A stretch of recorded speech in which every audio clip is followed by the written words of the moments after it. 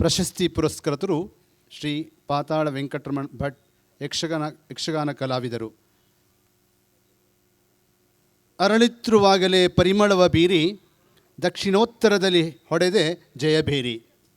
ಬಲು ಲೋಭಿಯಾಗಿರುವ ಆ ನಮ್ಮ ದೇವ ತನ್ನ ಮುಡಿಗೇರಿಸಿದ ಪರಿಮಳದ ಹೂವ ಎಂದು ವಿಡಂಬಾರಿ ತನ್ನ ಚೌಪದಿಯಲ್ಲಿ ಶ್ರೀ ಗಜಾನನ ಹೆಗಡೆಯವರಿಗೆ ಯಕ್ಷಗಾನ ಕ್ಷೇತ್ರದಲ್ಲಿ ಅತಿ ಶೀಘ್ರದಲ್ಲಿ ತನ್ನಲ್ಲಿರುವ ಪ್ರತಿಭೆಯನ್ನು ಲೋಕ ಕೊಂಡಾಡಿದ ರೀತಿಯಲ್ಲಿ ವಿವರಿಸಿದ್ದಾರೆ. ಶ್ರೀ ಗಜಾನನ ಹೆಗಡೆಯವರ ಸ್ತ್ರೀವೇಷ ಮುಖದಿಂದ ಪ್ರಕಟವಾಗದೆ ಮುಖವರ್ಣಿಕೆಯ ಮೂಲಕ ಮಿಂಚುತ್ತಿತ್ತು.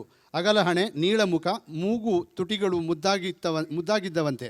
ರಂಗದಲ್ಲಿ ಎದ್ದು ಕಾಣುವ ರೂಪಕ್ಕೆ ತಕ್ಕಂತೆ ಪಂಚಮಸ್ಥಾಯಿಯಲ್ಲಿ ಸ್ವರ ಸೇರಿಸಿ ಮಾತಾಡಿ ಹೆಣ್ಣುದನಿಯ ಕಲ್ಪನೆ ಮೂಡಿಸುತ್ತಿದ್ದರು.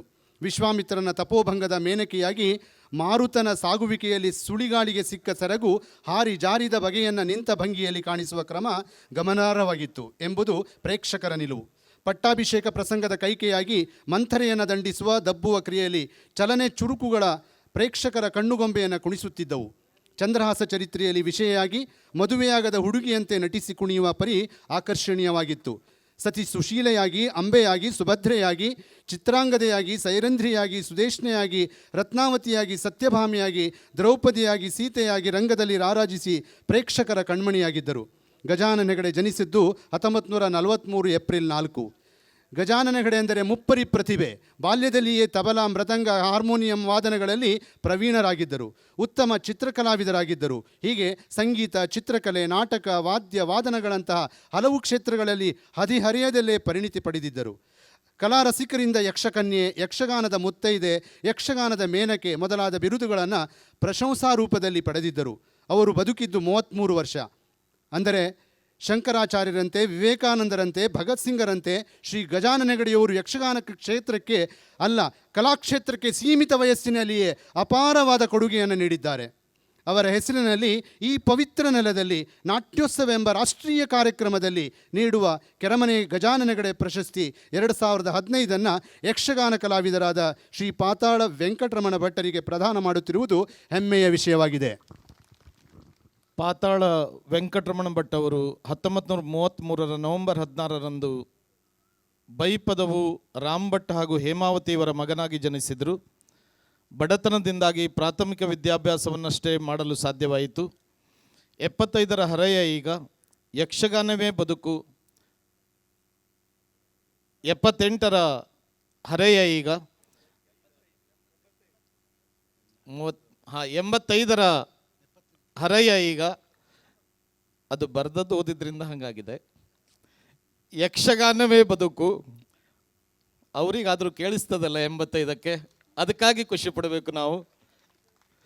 ಪತ್ನಿ, ಮಕ್ಕಳು, ಮೊಮ್ಮಕ್ಕಳಿಂದ ಕೂಡಿದ ತುಂಬು ಸಂಸಾರ.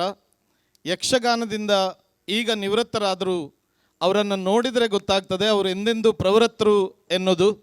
1951 ಕಾಂಚನ ಶ್ರೀ ಲಕ್ಷ್ಮೀನಾರಾಯಣ ಯಕ್ಷಗಾನ ನಾಟಕ ಮಂಡಳಿಯಿಂದ ಯಕ್ಷಗಾನ ವ್ಯವಸಾಯ ಆರಂಭಿಸಿದರು.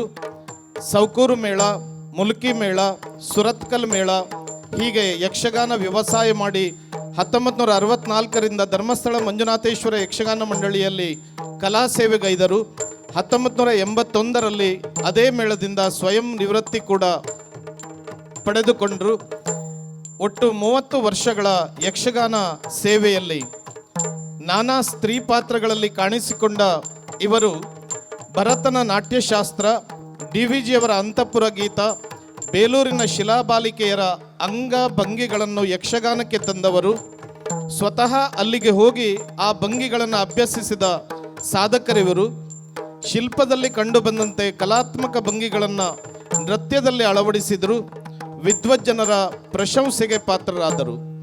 ರಂಬೆ, ಊರ್ವಶಿ, ಮೇನಕೆ, ಸತ್ಯಭಾಮೆ, ಮಾಯಾಶೂರ್ಪನಕಿ, ಮಾಯಾಪೂತನಿ, ಗುಣಸುಂದರಿ, ದಮಯಂತಿ, ಧಾನ್ಯಮಾಲಿನಿ, ಸೌದಾಮಿನಿ, ಸುಭದ್ರೆ, ಶ್ರೀದೇವಿ, ದ್ರೌಪದಿ, ಮೀನಾಕ್ಷಿ, ಶಶಿಪ್ರಭೆ, ಸ್ವಯಂಪ್ರಭೆ ಮೊದಲಾದ ಪಾತ್ರಗಳಿಗೆ ಜೀವ ತುಂಬಿದ ಖ್ಯಾತಿ ಇವರದು.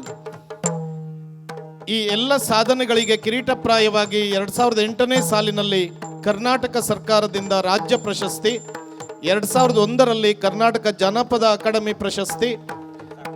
ಇವರ ಕಲಾ ಸೇವೆಯನ್ನು ಕಾಂಚಿ ಕಾಮಕೋಟಿ ಪೀಠದ ಜಗದ್ಗುರುಗಳು ಜಯೇಂದ್ರ ಸರಸ್ವತಿಗಳಿಂದ ಸನ್ಮಾನ. ಶ್ರೀ ಎಡನೀರು ಮಠ ಸ್ವರ್ಣ ಯಕ್ಷಗಾನ ಮಂಡಳಿ ಮಣಿಪಾಲ್, ಮಹಾಲಿಂಗೇಶ್ವರ ಯಕ್ಷಗಾನ ಮಂಡಳಿ ಮಂಗಳೂರು, ಕರಾವಳಿ ಯಕ್ಷಗಾನ ಸಮ್ಮೇಳನ ಕಲಾರಂಗ ಉಡುಪಿ, ಪಟ್ಟಾಜೆ ಪ್ರಶಸ್ತಿ, ದೇರಾಜೆ ಪ್ರಶಸ್ತಿ, ಕಲ್ಕೂರು ಪ್ರಶಸ್ತಿ, ಕೀಲಾರು ಪ್ರಶಸ್ತಿಗಳು. ಬಹುಶಃ ತುಂಬ ಪ್ರಶಸ್ತಿಗಳನ್ನು ಈ ಪಟ್ಟಿಯಲ್ಲಿ ಬಿಟ್ಟಿದ್ದೇವೆ. ಹಾಗೆ ಸಾಲು ಸಾಲು ಪ್ರಶಸ್ತಿಗಳ ಸರ್ದಾರ್ ಇವರು.